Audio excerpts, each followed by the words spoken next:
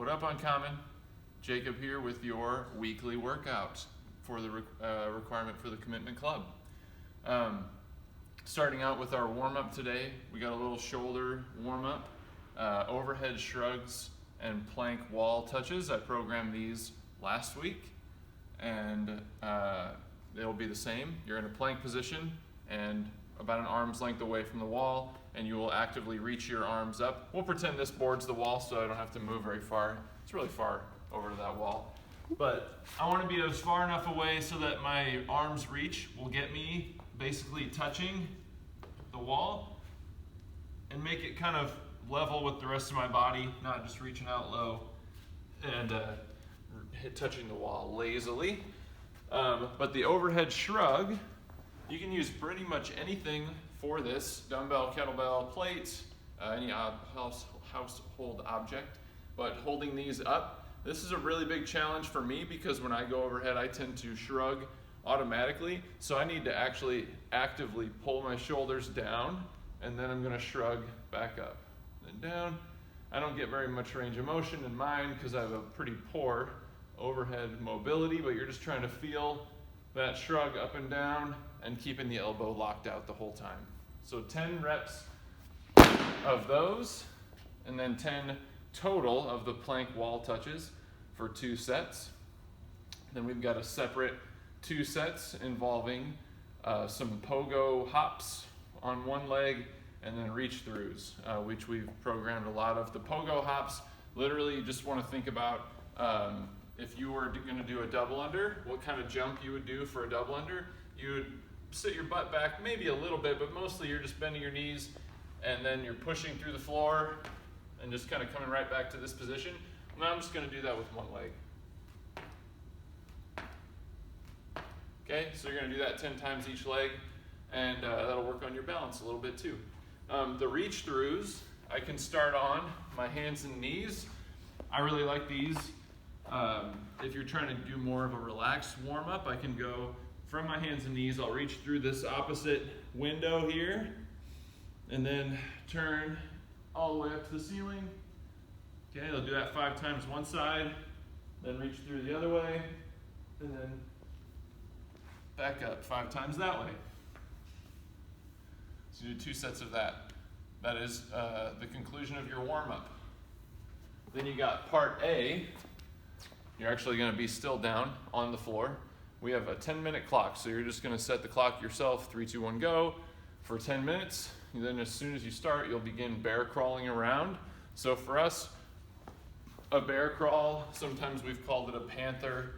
It doesn't really matter what you call it, but try to keep your back pretty much parallel to the ground and keep your hips as low as you can. Ideally, you will move the opposite arm and leg at the same time. So my knees will be just off the ground, and then I'm going to bring my left arm and right leg forward together, and then right arm, left leg. Okay, so I'm crawling around just like that. I can go sideways, I can go backwards. Okay, any type of crawling you want to do is fine. If that is just becoming too hard for you and you can't even stay up off the ground for more than 5 or 10 seconds, you're welcome to baby crawl, which is, again, hands and knees, same position, but now just crawling around, same type of movements, but my knees are on the floor, okay? Now, as soon as you have to stop doing that, as soon as you quit, now this is still, it's a part A, so do try to push yourself and last as long as you can in that, but as soon as you quit, you'll find something to pinch grip hold. Okay, so I've got this plate here, pinch grip. I want your fingers and your thumbs to be nice and straight. Okay, so I'm gonna hold this and I can just walk around. I want it to be pretty challenging, so I might have heavy plates in each hand, or if I had metal plates, I would have 2 in the same hand. You could even go outside and find some like landscaping pavers or something that's difficult to hold on to. You'll walk around with that in your hands, and then you will, as soon as you drop those, you can't hang on anymore, then you go right back to your crawl. And you'll just kind of alternate back and forth between those 2 for the 10 minutes. Once you finish your 10 minutes, then you got your part B. 3 rounds for time, 40 air squats, 30 kettlebell swings or a hinge jump if you don't have weight, and then 20 weighted sit-ups.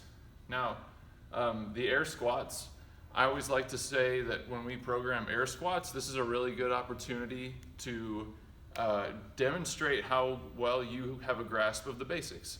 And we have talked a lot in the past couple of years now about tension over position. And so kind of like when Pete posted about doing that workout where he did all those step-ups and he started to learn things. 40 reps is by no means 1,000, but it is a lot of reps, and it's a chance for you to either learn something or kind of demonstrate that you have a really good grasp of that basic knowledge of how that movement should be done. So every one of those reps, look at it as an opportunity to make sure you're doing things correctly. And that could mean, if you're a more experienced person, sometimes faults aren't brought out unless intensity is there. So if a more experienced person can do 40 air squats unbroken, no problem. You might need to go a little faster to kind of push the edge of where those faults might occur. So go ahead and do that, and then try to pay attention and see what it feels like when that does happen. So you got those air squats, 30 kettlebell swings. I'm always a big fan of Russian swings. If you're really like American swings and your shoulders can handle it okay, go ahead and go overhead, but my advice is always to not really do that, because for most people it's not appropriate. So kettlebell swings going to eye level would be good there.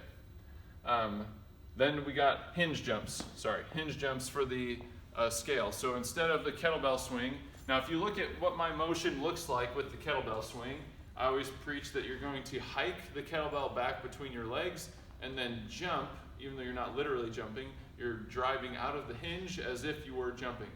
So my belly's braced, I've got my slight bend in my knees, my big toe pushed down, and then I'm gonna reach my butt back to the imaginary wall a foot behind me.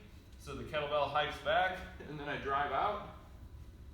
Okay, there's your kettlebell swings, and every time I do that, I feel my glutes and hamstrings flex. Those are the muscles that bring me out of the hinge. Now I can do the same thing with this hinge jump. I want you to actually touch the floor in the same movement pattern that we did with the kettlebell swing. So I'm gonna hinge down, touch the floor, and then drive out and jump. And every time I jump, I should have a completely straight hip and knee. So my torso is fully straightened up, and then I'm pushing through the floor. And then once I land, I can reach down again. Okay, those should go about as fast as a kettlebell swing would. Then you're finishing up with a weighted sit-up. So you got 20 of those. If you've got something you can anchor your feet into, you can go ahead and do that. If you don't, and it's easier for you to butterfly your feet out, that's fine as well. But try to keep your arms straight the whole time. Okay, so if I have a plate, this is pretty easy to do here. I'll just keep my arms up over my body like this, and I'll sit and reach up.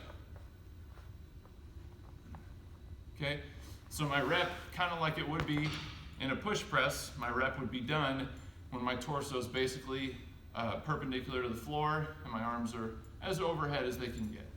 Okay, then finishing with the cool down, we got a 1 minute pigeon stretch. So the leg goes flat to the side of the floor, and you're gonna do that at 1 minute each side. Then I'm gonna 1 minute flow between up and down dog. So I will start in 1, like here, and this whole time I'm breathing. Okay, so I might inhale here, and then I'll exhale and go to down dog. But I'm not gonna pause in either of these positions.